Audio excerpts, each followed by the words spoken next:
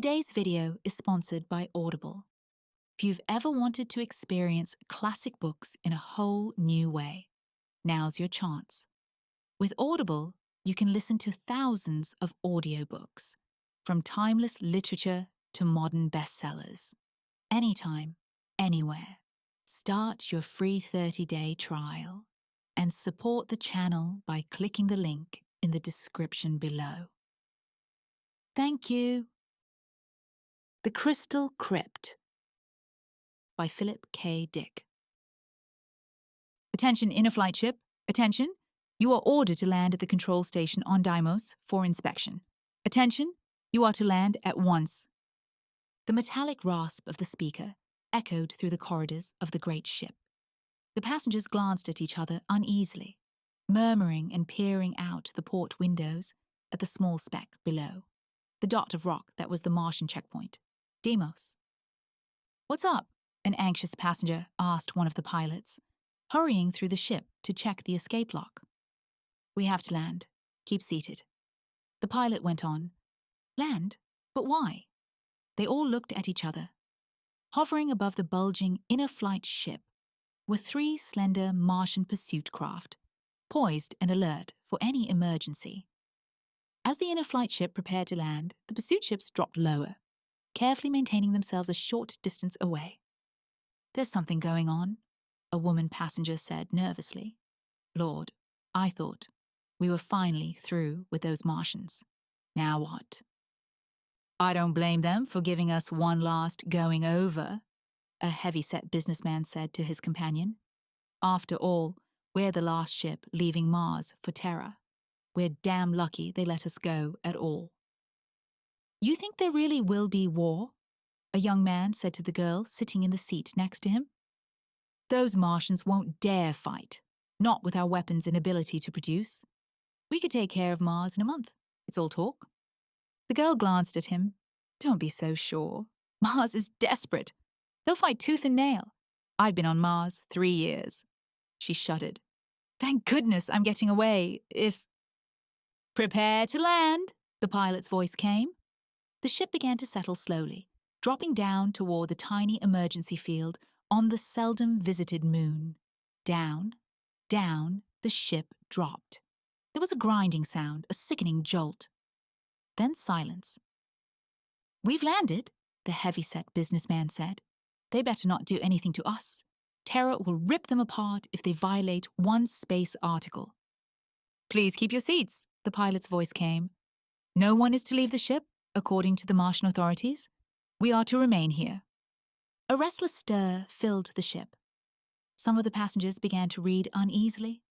Others stared out at the deserted field, nervous and on edge, watching the 3 Martian pursuit ships land and disgorge groups of armed men. The Martian soldiers were crossing the field quickly, moving toward them, running double time. This inner-flight spaceship was the last passenger vessel to leave Mars for Terra. All other ships had long since left, returning to safety before the outbreak of hostilities. The passengers were the very last to go. The final group of Terrans to leave the grim red planet. Businessmen, expatriates, tourists, any and all Terrans who had not already gone home.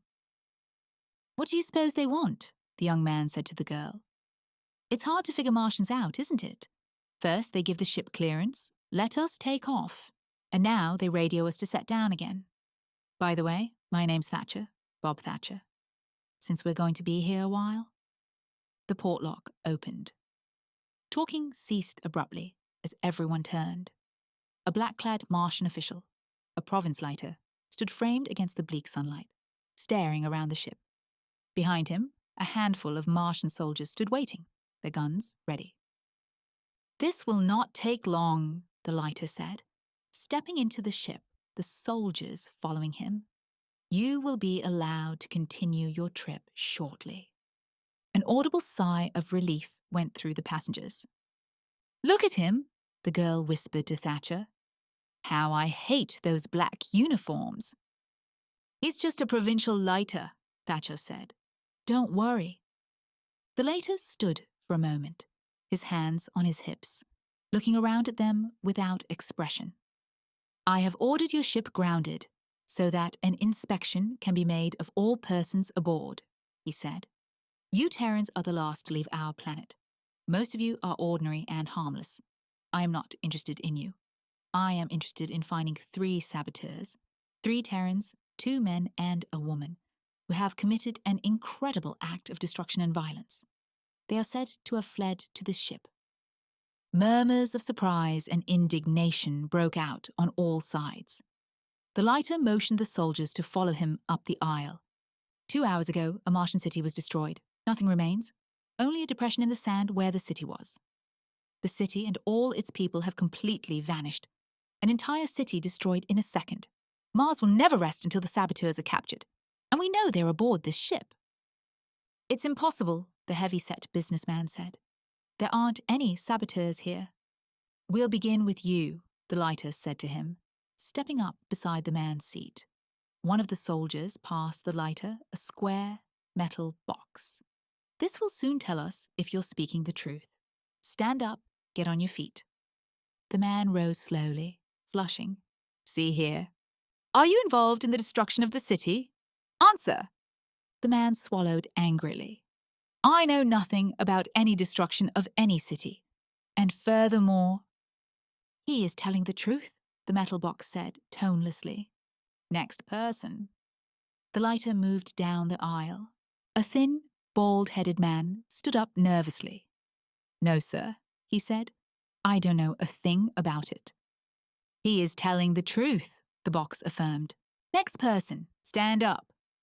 One person after another stood, answered, and sat down again in relief. At last, there were only a few people left who had not been questioned. The lighter paused, studying them intently.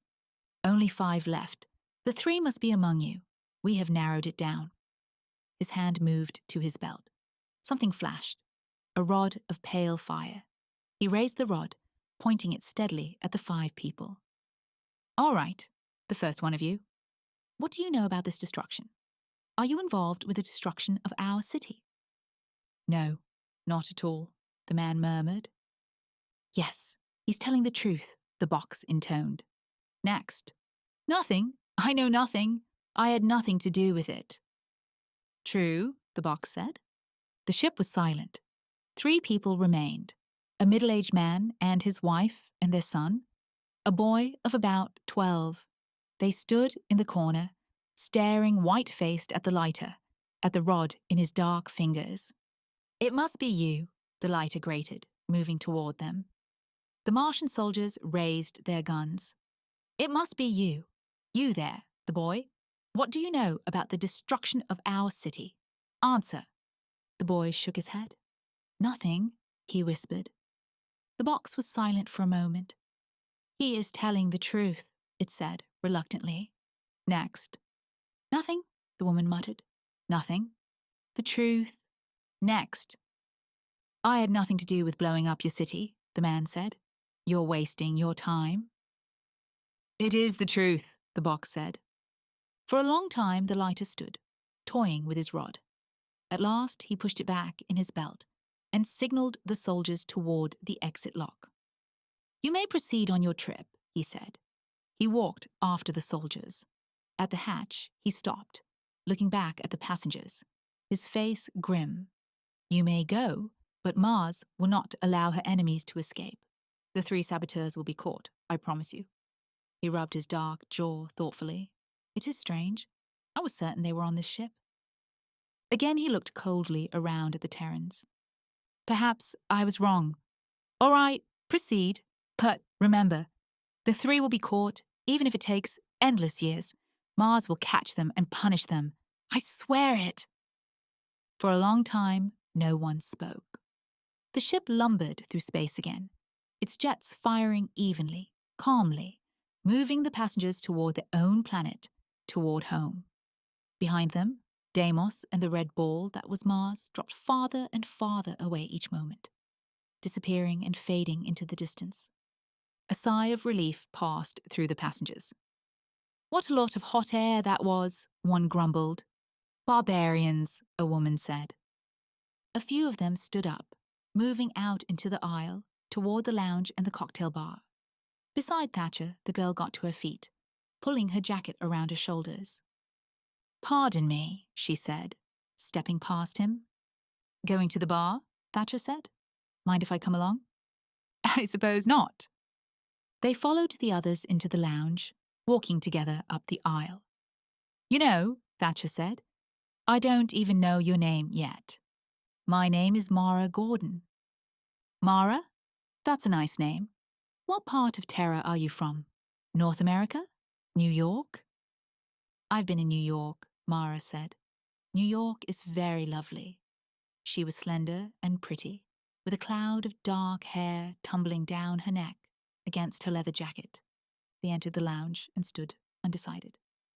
"Let's sit at a table," Mara said, looking around at the people at the bar, mostly men.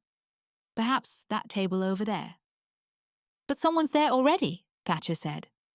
The heavy-set businessman had sat down at the table and deposited his sample case on the floor. "Do we want to sit with him?" "Oh, it's all right," Mara said, crossing to the table. "May we sit here?" she said to the man. The man looked up, half rising.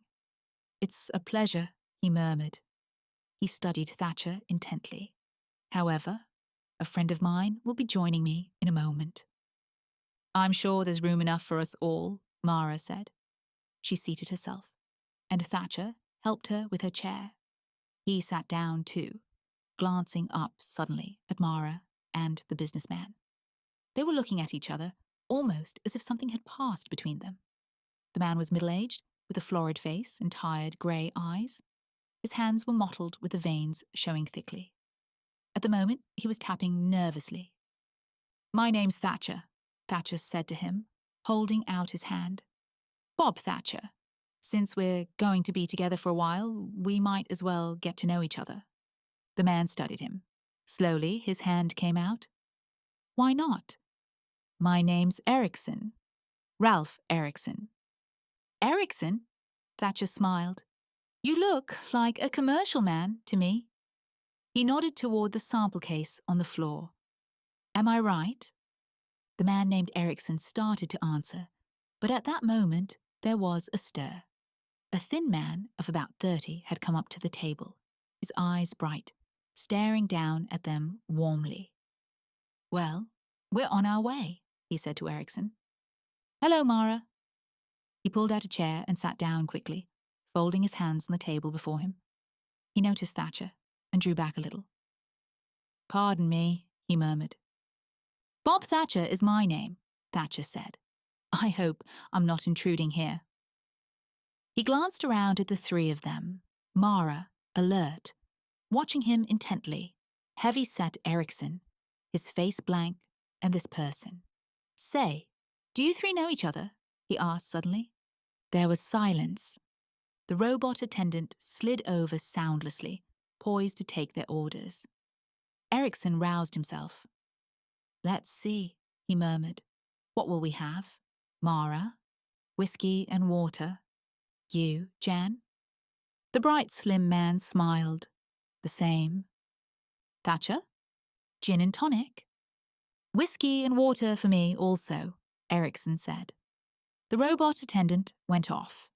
It returned at once with the drinks, setting them on the table. Each took his own.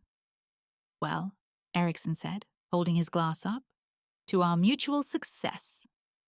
All drank, Thatcher and the three of them, heavy-set Erickson, Mara, her eyes nervous and alert, Jan, who had just come. Again, a look passed between Mara and Erickson, a look so swift that he would not have caught it had he not been looking directly at her. "What line do you represent, Mr. Erickson?" Thatcher asked. Erickson glanced at him, then down at the sample case on the floor. He grunted. "Well, as you can see, I'm a salesman." Thatcher smiled.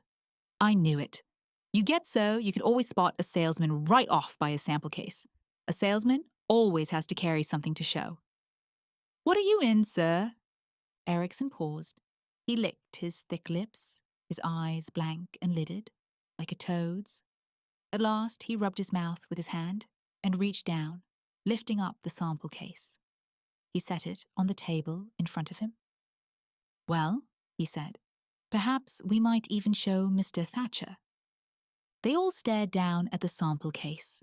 It seemed to be an ordinary leather case with a metal handle and a snap lock. I'm getting curious, Thatcher said. What's in there? You're all so tense. Diamonds? Stolen jewels? Jan laughed harshly, mirthlessly. Eric, put it down. We're not far enough away yet. Nonsense, Eric rumbled. We're away, Jan. Please, Mara whispered. Wait, Eric. Wait. Why? What for? You're so accustomed to... Eric, Mara said. She nodded toward Thatcher. We don't know him, Eric. Please. He's a Terran, isn't he? Erickson said. All Terrans are together in these times. He fumbled suddenly at the catch lock on the case. Yes, Mr. Thatcher. I'm a salesman. We're all salesmen, the three of us. Then you do know each other. Yes. Erickson nodded. His two companions sat rigidly, staring down. Yes, we do. Here, I'll show you our line. He opened the case. From it, he took a letter knife, a pencil sharpener, a glass globe paperweight, a box of thumbtacks, a stapler, some clips, a plastic ashtray, and some things Thatcher could not identify. He placed the objects in a row in front of him on the tabletop. Then he closed the sample case. I gather you're in office supplies, Thatcher said. He touched the letter knife with his finger. Nice quality steel. Looks like Swedish steel to me. Erickson nodded, looking into Thatcher's face. Not really an impressive business, is it? Office supplies? Ashtrays? Paper clips? He smiled. Oh, Thatcher shrugged. Why not? They're a necessity in modern business. The only thing I wonder... What's that? Well, I wonder how you'd ever find enough customers on Mars to make it worth your while. He paused, examining the glass paperweight. He lifted it up, holding it to the light, staring at the scene within, until Erickson took it out of his hand and put it back in the sample case. And another thing, if you three know each other, why did you sit apart when you got on? They looked at him quickly. And why didn't you speak to each other until we left Deimos? He leaned toward Erickson, smiling at him. 2 men and a woman, 3 of you, sitting apart in the ship, not speaking, not until the check station was passed. I find myself thinking over what the Martian said. 3 saboteurs, a woman and 2 men. Erickson put the things back in the sample case. He was smiling, but his face had gone chalk white. Mara stared down, playing with a drop of water on the edge of her glass. Jan clenched his hands together nervously, blinking rapidly. You 3 are the ones the leader was after, Thatcher said softly. You are the destroyers, the saboteurs. But their lie detector, why didn't it trap you? How did you get by that? And now you're safe, outside the check station. He grinned, staring around at them. I'll be damned. And I really thought you were a salesman, Erickson. You really fooled me. Erickson relaxed a little. Well, Mr. Thatcher, it's in a good cause. I'm sure you have no love for Mars either. No Terran does. And I see you're leaving with the rest of us. True, Thatcher said. You must certainly have an interesting account to give, the 3 of you. He looked around the table. We still have an hour or so of travel. Sometimes it gets dull, this Mars Terror run. Nothing to see, nothing to do but sit and drink in the lounge. He raised his eyes slowly. Any chance you'd like to spin a story to keep us awake? Jan and Mara looked at Erickson. Go on, Jan said. He knows who we are. Tell him the rest of the story. You might as well, Mara said. Jan let out a sigh suddenly, a sigh of relief. Let's put the cards on the table, get this weight off us. I'm tired of sneaking around, slipping. Sure, Erickson said expansively. Why not? He settled back in his chair, unbuttoning his vest. Certainly, Mr. Thatcher. I'll be glad to spin you a story, and I'm sure it will be interesting enough to keep you awake. They ran through the groves of dead trees. leaping across the sun-baked Martian soil, running silently together. They went up a little rise, across a narrow ridge. Suddenly, Eric stopped, throwing himself down flat on the ground. The others did the same, pressing themselves against the soil, gasping for breath. "Be silent," Eric muttered. He raised himself a little. "No noise. There'll be laters nearby from now on. We don't dare take any chances." Between the three people lying in the grove of dead trees and the city was a barren, level waste of desert, over a mile of blasted sand. No trees or bushes marred the smooth, parched surface. Only an occasional wind, a dry wind eddying and twisting, blew the sand up into little rills. A faint odor came to them, a bitter smell of heat and sand, carried by the wind. Eric pointed. "Look, the city. There it is." They stared, still breathing deeply from their race through the trees. The city was close, closer than they had ever seen it before. Never had they gotten so close to it in times past. Terrans were never allowed near the great Martian cities, the centers of Martian life. Even in ordinary times, when there was no threat of approaching war, the Martians shrewdly kept all Terrans away from their citadels, partly from fear, partly from a deep, innate sense of hostility toward the white-skinned visitors whose commercial ventures had earned them the respect and the dislike of the whole system. "How does it look to you?" Eric said. The city was huge, much larger than they had imagined from the drawings and models they had studied so carefully back in New York, in the War Ministry office. Huge it was, huge and stark, black towers rising up against the sky, incredibly thin columns of ancient metal, columns that had stood wind and sun for centuries. Around the city was a wall of stone, red stone, immense bricks that had been lugged there and fitted into place by slaves of the early Martian dynasties, under the whiplash of the first great kings of Mars.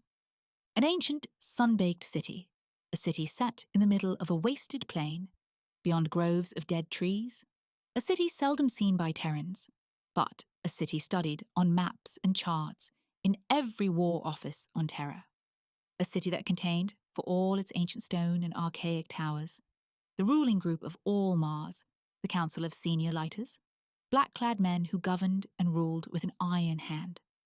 The Senior Lighters, 12 fanatic and devoted men, black priests, but priests with flashing rods of fire, lie detectors, rocket ships, intraspace cannon, many more things the Terran Senate could only conjecture about.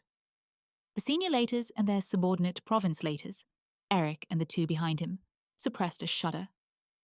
"We've got to be careful," Eric said again. "We'll be passing among them soon. If they guess who we are or what we're here for..." He snapped open the case he carried, glancing inside for a second. Then he closed it again, grasping the handle firmly. "Let's go," he said. He stood up slowly. "You two, come up beside me. I want to make sure you look the way you should." Mara and Jan stepped quickly ahead. Eric studied them critically as the three of them walked slowly down the slope onto the plain, toward the towering black spires of the city. "Jan," Eric said, "take hold of her hand. Remember, you're going to marry her. She's your bride, and Martian peasants think a lot of their brides." Jan was dressed in the short trousers and coat of the Martian farmer, a knotted rope tied around his waist, a hat on his head to keep off the sun. His skin was dark, colored by dye until it was almost bronze. "You look fine," Eric said to him. He glanced at Mara. Her black hair was tied in a knot, looped through a hollowed-out uke bone. Her face was dark too, dark and lined with colored ceremonial pigment, green and orange stripes across her cheeks. Earrings were strung through her ears. On her feet were tiny slippers of Peru hide, laced around her ankles, and she wore long, translucent Martian trousers with a bright sash tied around her waist. Between her small breasts, a chain of stone beads rested. Good luck charms for the coming marriage. "All right," Eric said. He, himself, wore the flowing grey robe of a Martian priest, dirty robes that were supposed to remain on him all his life, to be buried around him when he died? I think we'll get past the guards. There should be heavy morning traffic on the road. They walked on, the hard sand crunching under their feet. Against the horizon, they could see specks moving. Other persons going toward the city, farmers and peasants and merchants, bringing their crops and goods to market. "See the cart," Mara exclaimed. They were nearing a narrow road, 2 ruts worn into the sand. A Martian hoofer was pulling the cart, its great sides wet with perspiration, its tongue hanging out. The cart was piled high with bales of cloth, rough country cloth, hand-dipped. A bent farmer urged the hoofer on. "And there," she pointed, smiling. A group of merchants riding small animals were moving along behind the cart, Martians in long robes, their faces hidden by sand masks. On each animal was a pack carefully tied on with rope. And beyond the merchants, plodding dully along, were peasants and farmers in an endless procession, some riding carts or animals, but mostly on foot. Mara and Jan and Eric joined the line of people, melting in behind the merchants. No one noticed them. No one looked up or gave any sign. The march continued as before. Neither Jan nor Mara said anything to each other. They walked a little behind Eric, who paced with a certain dignity, a certain bearing becoming his position. Once he slowed down, pointing up at the sky. "Look," he murmured, in the Martian hill dialect. "See that?" 2 black dots circled lazily, Martian patrol craft, the military on the outlook for any sign of unusual activity. War was almost ready to break out with terror. Any day, almost any moment. "We'll be just in time," Eric said. "Tomorrow will be too late. The last ship will have left Mars." "I hope nothing stops us," Mara said. "I want to get back home when we're through." Half an hour passed. They neared the city, the wall growing as they walked, rising higher and higher until it seemed to blot out the sky itself. A vast wall, a wall of eternal stone that had felt the wind and sun for centuries. A group of Martian soldiers were standing at the entrance, the single passage gate hewn into the rock, leading to the city. As each person went through, the soldiers examined him, poking his garments, looking into his load. Eric tensed. The line had slowed almost to a halt. "It'll be our turn soon," he murmured. "Be prepared." "Let's hope no leeters come around," Jan said. "The soldiers aren't so bad." Mara was staring up at the wall and the towers beyond. Under their feet, the ground trembled, vibrating and shaking. She could see tongues of flame rising from the towers, from the deep underground factories and forges of the city. The air was thick and dense with particles of soot. Mara rubbed her mouth, coughing. "Here they come," Eric said softly. The merchants had been examined and allowed to pass through the dark gate, the entrance through the wall into the city. They and their silent animals had already disappeared inside. The leader of the group of soldiers was beckoning impatiently to Eric, waving him on. "Come along," he said. "Hurry up there, old man." Eric advanced slowly, his arms wrapped around his body, looking down at the ground. "Who are you, and what's your business here?" the soldier demanded, his hands on his hips, his gun hanging idly at his waist. Most of the soldiers were lounging lazily, leaning against the wall, some even squatting in the shade. Flies crawled on the face of one who had fallen asleep, his gun on the ground beside him. "My business?" Eric murmured. "I am a village priest." "Why do you want to enter the city?" "I must bring these 2 people before the magistrate to marry them." He indicated Mara and Jan, standing a little behind him. "That is the law the leaders have made." The soldier laughed. He circled around Eric. "What do you have in that bag you carry?" "Laundry. We stay the night." "What village are you from?" "Kranos." "Kranos?" The soldier looked to a companion. "Ever heard of Kranos?" "A backward pigsty. I saw it once on a hunting trip." The leader of the soldiers nodded to Jan and Mara. The 2 of them advanced, their hands clasped, standing close together. One of the soldiers put his hand on Mara's bare shoulder, turning her around. "Nice little wife you're getting," he said. "Good and firm-looking." He winked, grinning lewdly. Jan glanced at him in sullen resentment. The soldiers guffawed. "All right," the leader said to Eric. "You people can pass." Eric took a small purse from his robes and gave the soldier a coin. Then the three of them went into the dark tunnel that was the entrance, passing through the wall of stone into the city beyond. They were within the city. "Now," Eric whispered. "Hurry." Around them, the city roared and cracked, the sound of 1,000 vents and machines shaking the stones under their feet. Eric led Mara and Jan into a corner by a row of brick warehouses. People were everywhere, hurrying back and forth, shouting above the din, merchants, peddlers, soldiers, street women. Eric bent down and opened the case he carried. From the case, he quickly took 3 small coils of fine metal. Intricate meshed wires and veins worked together into a small cone. Jan took one and Mara took one. Eric put the remaining cone into his robe and snapped the case shut again. "Now remember, the coils must be buried in such a way that the line runs through the center of the city. We must trisect the main section, where the largest concentration of buildings is. Remember the maps. Watch the alleys and streets carefully.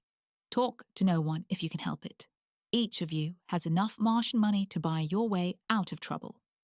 Watch especially for cut purses, and for heaven's sake, don't get lost." Eric broke off. 2 black-clad leaders were coming along the inside of the wall, strolling together with their hands behind their backs.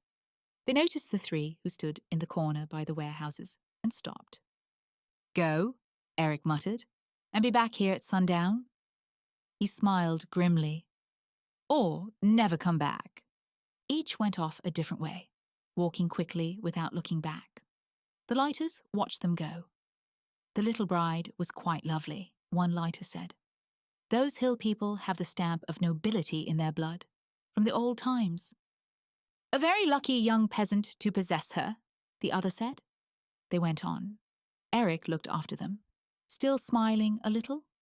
Then he joined the surging mass of people that milled eternally through the streets of the city. At dusk, they met outside the gate. The sun was soon to set, and the air had turned thin and frigid. It cut through their clothing like knives. Mara huddled against Jan, trembling and rubbing her bare arms. "Well," Eric said, "did you both succeed?" Around them, peasants and merchants were pouring from the entrance, leaving the city to return to their farms and villages, starting the long trip back across the plain towards the hills beyond. None of them noticed the shivering girl and the young man and the old priest standing by the wall. "Mine's in place," Jan said. "On the other side of the city, on the extreme edge, buried by a well." "Mine's in the industrial section," Mara whispered, her teeth chattering. "Jan, give me something to put over me. I'm freezing." "Good," Eric said.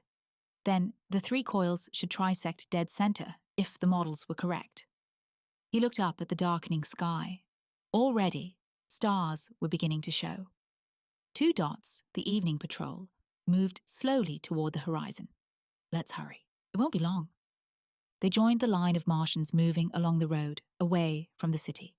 Behind them, the city was losing itself in the somber tones of night, its black spires disappearing into darkness. They walked silently with the country people until the flat ridge of dead trees became visible on the horizon. Then they left the road and turned off, walking toward the trees. "Almost time," Eric said.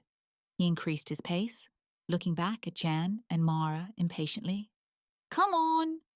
They hurried, making their way through the twilight, stumbling over rocks and dead branches, up the side of the ridge. At the top, Eric halted, standing with his hands on his hips, looking back.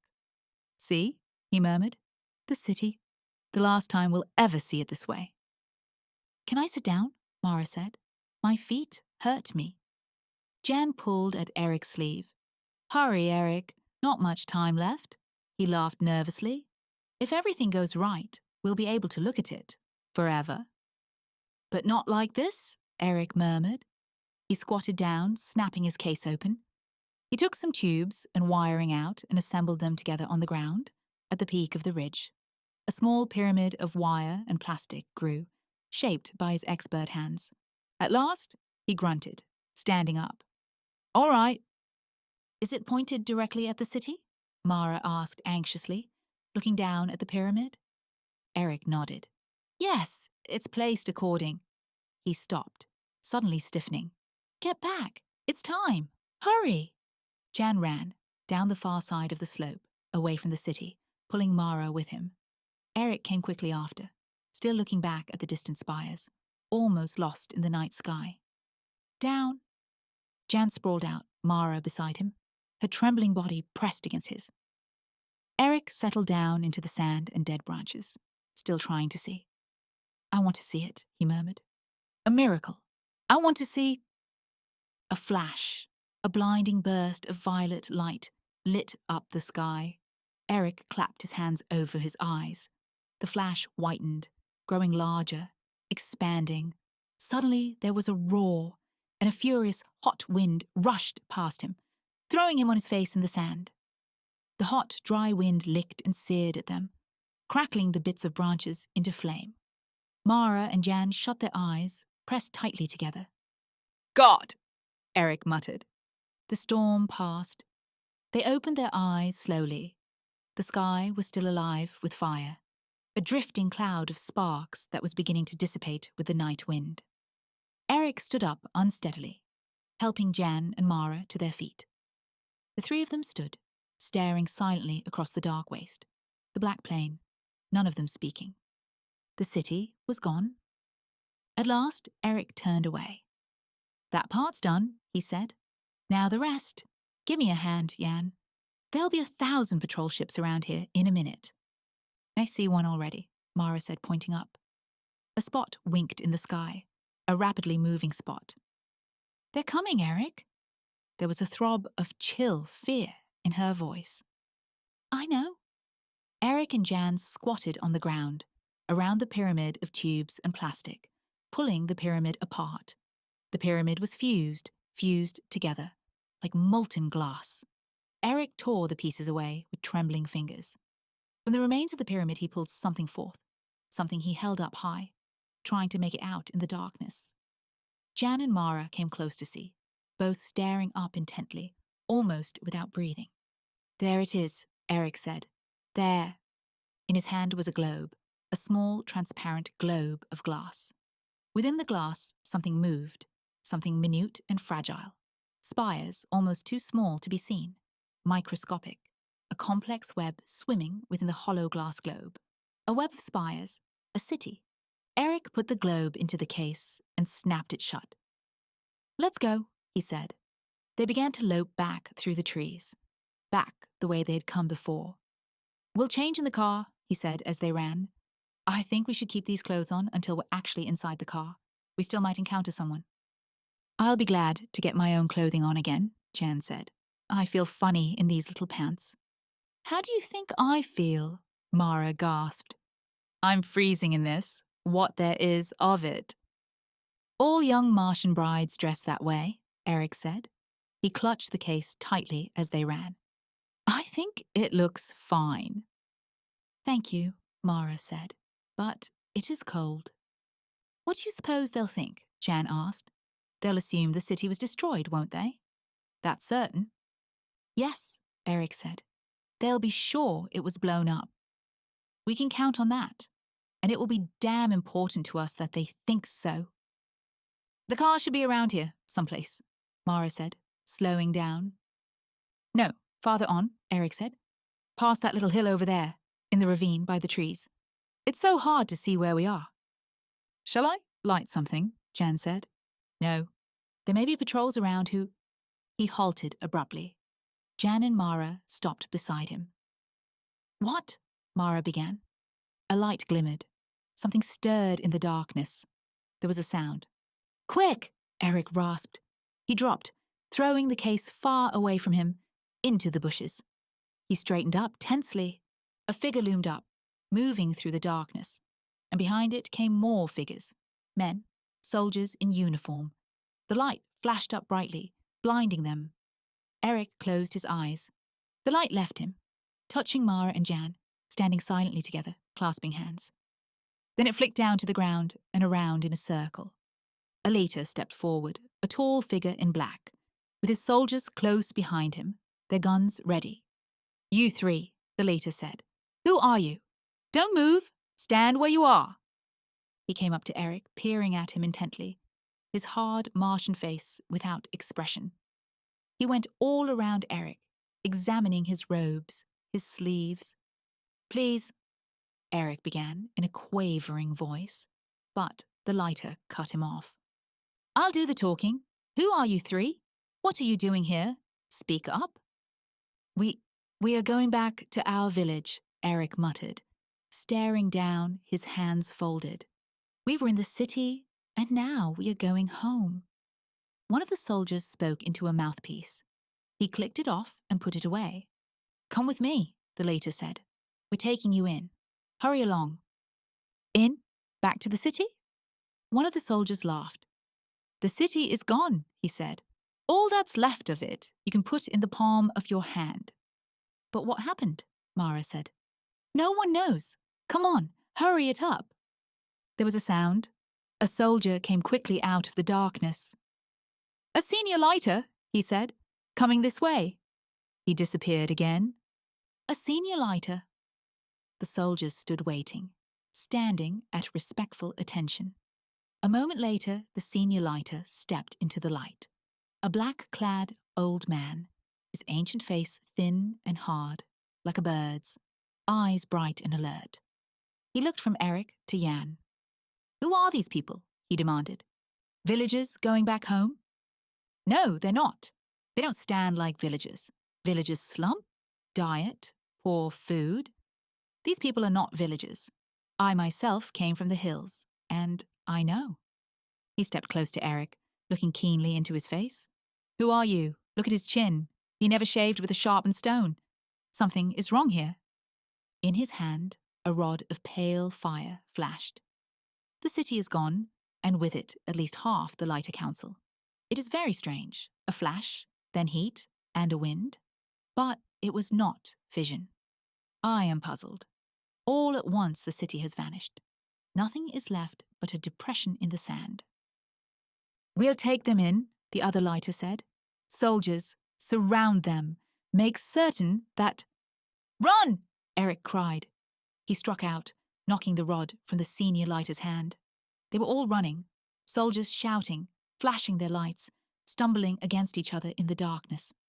Eric dropped to his knees, groping frantically in the bushes. His fingers closed over the handle of the case, and he leaped up. In Terran, he shouted to Mara and Jan, "Hurry! To the car! Run!" He set off, down the slope, stumbling through the darkness. He could hear soldiers behind him, soldiers running and falling. A body collided against him, and he struck out. Someplace behind him there was a hiss, and a section of the slope went up in flames. The latest rod. "Eric!" Mara cried from the darkness. He ran toward her. Suddenly he slipped, falling on a stone. Confusion and firing. The sound of excited voices. "Eric, is that you?" Jan caught hold of him, helping him up. "The car. It's over here. Where's Mara?" "I'm here," Mara's voice came. "Over here, by the car." A light flashed. A tree went up in a puff of fire, and Eric felt the singe of the heat against his face. He and Jan made their way toward the girl. Mara's hand caught his in the darkness. "Now the car," Eric said, "if they haven't got to it." He slid down the slope into the ravine, fumbling in the darkness, reaching and holding onto the handle of the case. Reaching, reaching. He touched something cold and smooth. Metal, a metal door handle. Relief flooded through him. "I found it. Jan, get inside. Mara, come on." He pushed Jan past him, into the car. Mara slipped in after Jan, her small, agile body crowding in beside him. "Stop!" a voice shouted from above. "There's no use hiding in that ravine. We'll get you. Come up, and—" The sound of voices was drowned out by the roar of the car's motor. A moment later, they shot into the darkness, the car rising into the air. Treetops broke and cracked under them as Eric turned the car from side to side, avoiding the groping shafts of pale light from below, the last furious thrusts from the two lighters and their soldiers. Then they were away, above the trees, high in the air, gaining speed each moment, leaving the knot of Martians far behind. "Toward Marsport," Jan said to Eric. "Right?" Eric nodded. "Yes. We'll land outside the field, in the hills. We can change back to our regular clothing there, our commercial clothing. Damn it. We'll be lucky if we can get there in time for the ship." "The last ship," Mara whispered, her chest rising and falling. "What if we don't get there in time?" Eric looked down at the leather case in his lap. "We'll have to get there," he murmured. "We must." For a long time there was silence. Thatcher stared at Erickson. The older man was leaning back in his chair, sipping a little of his drink. Mara and Jan were silent. "So you didn't destroy the city," Thatcher said. "You didn't destroy it at all. You shrank it down and put it in a glass globe, in a paperweight. And now you're salesman again, with a sample case of office supplies." Erickson smiled. He opened the briefcase, and reaching into it, he brought out the glass globe paperweight. He held it up, looking into it. "Yes, we stole the city from the Martians. That's how we got by the lie detector. It was true that we knew nothing about a destroyed city." "But why?" Thatcher said. "Why steal a city? Why not merely bomb it?" "Ransom," Mara said fervently, gazing into the globe, her dark eyes bright. "Their biggest city, half of their council, in Eric's hand." "Mars will have to do what Terra asks," Erickson said. "Now Terra will be able to make her commercial demands felt. Maybe there won't even be a war. Perhaps Terra will get her way without fighting." Still smiling, he put the globe back into the briefcase and locked it. "Quite a story," Thatcher said.